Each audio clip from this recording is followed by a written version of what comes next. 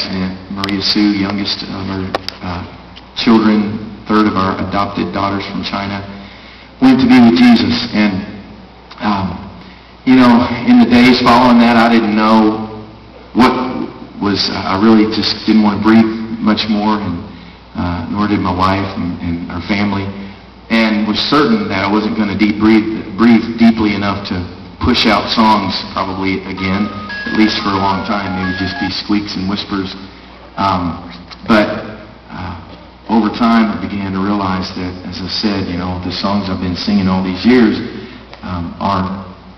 this is when, you know, it really becomes either just songs and just music and all of that, or real, true reality. And I'm just so thankful to say that, you know, while there's still so many questions and so many cracks in our hearts as a family, and I speak to, you know, as many of us here tonight, there are wounds and breaks and broken places in every one of your hearts, and some as deep and wounds as deep as what we've experienced, I'm sure.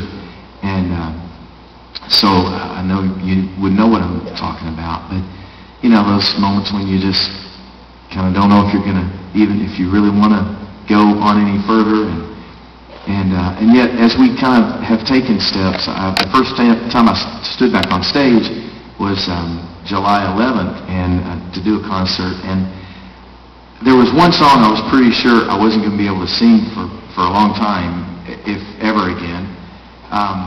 And that night it wasn't even on the set list, and I was thinking, you know, this song may be too hard. If I can kind of get through it, it might be too hard just even for the audience to, you know, to hear it, just in light of all this kind of happened with us, and knowing that my little girls inspired this song. It's a song that I wrote one night after trying to get my little girls in bed. It was Maria and Stevie Joy, trying to get them in a bath and get them in bed. And, you know, it's just one of those nights where I was trying to hurry, get them to hurry, and they didn't want to hurry. And they wanted to go to the ball, and they wanted to go be princesses. And so every time I would turn my back, they would run into the room and put on Cinderella, Snow White gowns, and, you know, they kept trying to get to this ball, and I was trying to get them in bed because I had songs to get back to writing and a lot of work to do for a big meeting I had coming up. And so it's just one of those typical nights of just being in a hurry as a dad and trying to, you know, spend that quality time, you know, with my children, as long as I can cram it into about 5 minutes. You know, that's all the quality time I have right now, and that ain't so quality,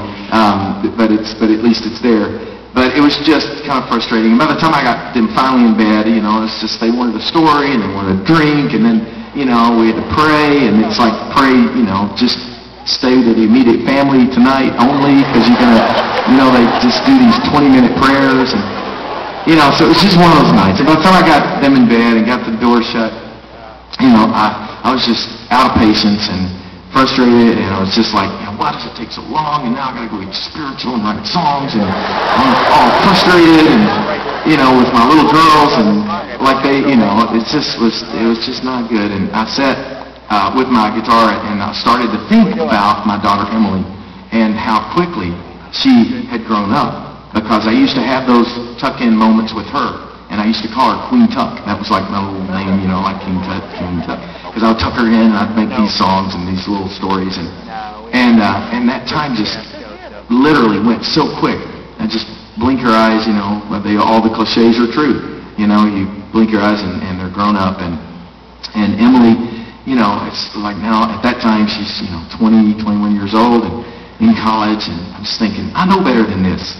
You know, big knucklehead. Why would you do this? Why would you rush through that time? You need to savor these moments, and you need to be there and be present. So I sat that night, and I wrote this song just, you know, with tears in my eyes, just thinking, I don't want to blow this over and over again, and I know me, I'll forget this, and I'll do it again. So I wrote a song called Cinderella. And, you know, I was thinking, obviously, you know, after, you know, half of the inspiration of that song, you know, is now in heaven. You know, it's like, I don't know if this will ever seem right. Well, I was singing the song Miracle of the Moment on stage that night, July 11th, and as I was singing that song, I was kind of thinking ahead, you know, do I do it now? Maybe. But then it just hit me. Literally, it was very powerful, very profound. That I just had this realization that, you know what, if I believe everything I've been singing all these years, And I really believe that Maria is more alive than ever. This is what we've been saying and holding on to and knowing and believing, that she is alive completely now. Then, if that all is true, then this is not a sad song to sing about my little girl Maria. In fact, it's sort of like the chapter of that is closed, because I believe, as hard as it is sometimes for us to kind of get our emotions around this, I believe that our little girl lived a full life, and it was